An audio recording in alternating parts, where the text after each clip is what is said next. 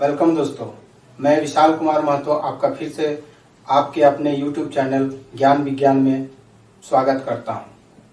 पिछले 3 एपिसोड में हमने जो भी फंडामेंटल यूनिट्स ऑफ लाइफ के बारे में पढ़ा था उससे रिलेटेड हम लोग कुछ क्वेश्चन लगाने जा रहे हैं। मैं आशा करता हूं कि आप लोग इसमें बहुत बेटर करेंगे और बेटर से बेटर करेंगे। लेकिन उससे पहले आप क्वेश्चन जैसे ही मैं स्क्रीन में शो होगा उससे पहले मैं चाहता हूं कि आपके पास कागज और पेन साथ में रहे और साथ में आप क्वेश्चन आंसर बनाते जाएं। इससे आपको पता चलेगा कि आपका जो तैयारी है किस लेवल पर है। तो जस्ट हम लोग स्टार्ट करते हैं। फर्स्ट क्वेश्चन रहेगा, कोशिका में प्रोटीन का संश्लेषण कहाँ होता है? तो ऑप्शन है आपका प्लाज्मा मेम्ब्रेन, कोशिका भित्ति, माइटोकॉन्ड्रिया और राइबोसोम। तो इसमें हम लोगों ने पढ़ा था कि कोशिका का प्रोटीन सिंथेसिस कहाँ होता है? तो वो राइबोसोम होता है। सेकंड क्वेश्चन, पादप कोशिकाओं की बाहरी आवरण को क्या कहते हैं? तो पादप कोशिकाओं की बाहरी आवरण को क्या कहते हैं? तो उसका ऑप्शन आपके पास है प्लाज्मा मेम्ब्रेन, कोशिका भित्ति, माइटोकॉन्ड्रिया और टोनोप्लास्ट। तो इसमें कौन सा आंसर होगा दोस्तों? इसका आंसर होगा कोशिका भित्ति यानी सेल वॉल।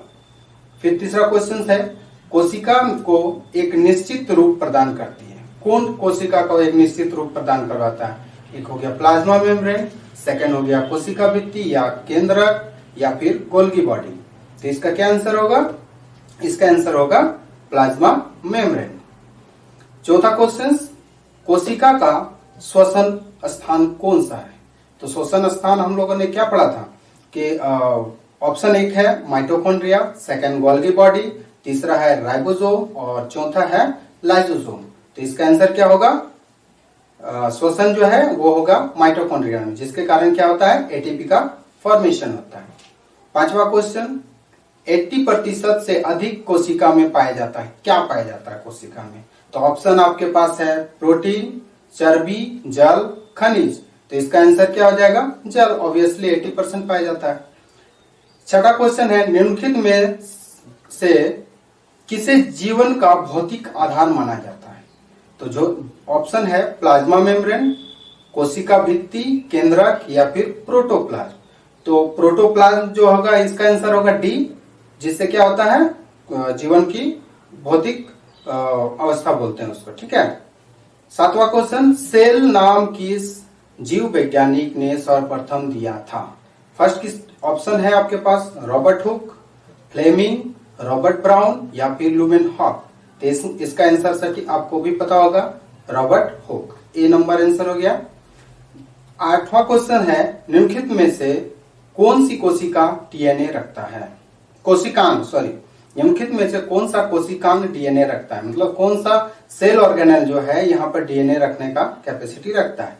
तो ऑप्शन है माइटोकॉन्ड्रिया, गोल्गी बॉडी, राइबोसोम या लाइसोसोम। तो हमने बताया था कि डीएनए आपका कहाँ मिलेगा? एक न्यूक्लियस में मिलेगा, फिर एक माइटोकॉन्ड्रिया में मिलेगा, एक प्लास्टिड में मिलेगा।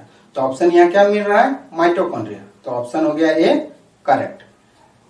9th नंबर क्वेश्चन ये पूछा रहा है कि कोशिका का जीवित पार्ट प्रोटोप्लास्ट कहलाता है, यह किससे बनता है?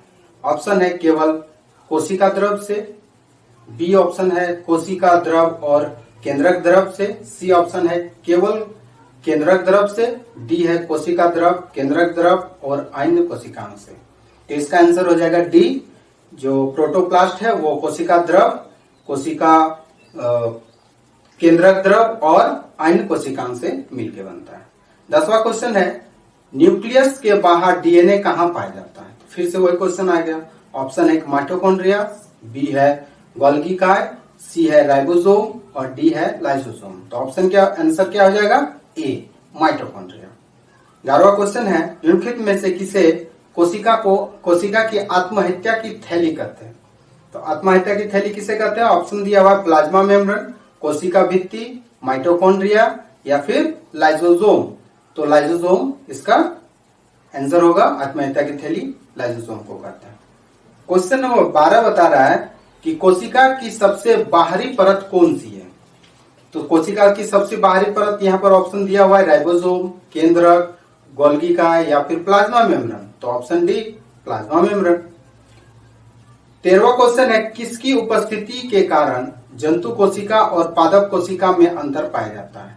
तो ऑप्शन है प्लाज्मा मेम्ब्रेन, बी ऑप्शन में कोशिका भित्ति, सी में दिया है माइटोकॉन्ड्रिया और डी में है लाइसोसोम। तो किसके कारण प्लांट सेल और एनिमल सेल में डिफरेंट पाया जाता है? तो वो है सेल वॉल यानी कोशिका भित्ति। तो बी आंसर। 14 नंबर क्वेश्चन बोल रहा है कौन सा अंग प्राय जंतु कोशिका में उपस्थित नहीं होता है? तो यहाँ पर ए में दिया है लवक, बी में दिया है राइबोसोम, सी में दिया है केंद्रक और डी में दिया है गोल्गी का। तो आंसर क्या हो जाएगा? लवक। और लवक जो है कहाँ पाया जाता है? सिर्फ प्लांट टिश्यू में। ए नंबर सही होगा। 15 वाला क्वेश्चन क्या है? कोशिका भित्ति जिसको हम लोग सेल वॉल कहते हैं वो होती है, क्या होती है? एक नंबर में है परागम्य या फिर परमेबल, बी है अर्ध परागम्य यानी सेमी परमेबल, या फिर चयनात्मक परागम्य यानी सेलेक्टिव परमेबल, और अपरागम्य इनसेसिबल। तो यहाँ पर क्या है? कोशिका भित्ति जो है बी सेमी परमेबल आंसर होगा। जीव द्रव जिसको हम लोग प्रोटोप्लाज्म बोलते हैं, शब्द का प्रयोग सबसे पहले किसने किया था? ऑप्शन दिया है डार्विन, सेकेंड पुरकिंजी, सी दिया है जॉन रे और डी दिया है विल्किंसन। तो इसका आंसर क्या हो जाएगा? पुरकिंजे। पुरकिंजे ने क्या दिया था? 17 नंबर बता रहा है कि जीव द्रव जीवन का मौलिक आधार है, किसने दिया था? ए ऑप्शन है हेनरी, बी ऑप्शन है लेमार्क, सी ऑप्शन में है हैक्सले और डी ऑप्शन में है मॉर्गन। तो इसका आंसर क्या हो जाएगा? सी। तो प्रोटोप्लाज्म का नामकरण किसने किया था? हैक्सले ने किया था।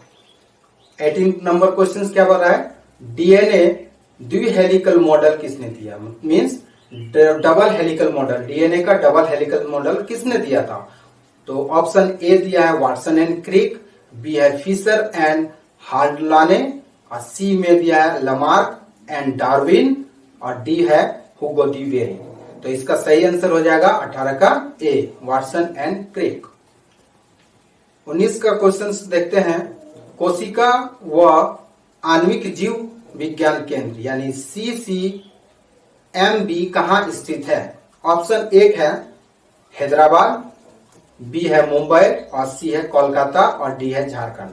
तो ये CCMB जो है वो है हैदराबाद में।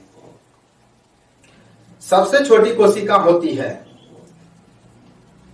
ऑप्शन ए है अमीबा, बी है माइकोप्लाज्मा और सी है श्वेत रक्त कणिका जिसको हम लोग WBC बोलते हैं और डी है लाल रक्त कणिका यानी RBC। तो इसका आंसर हो जाएगा माइकोप्लाज्मा।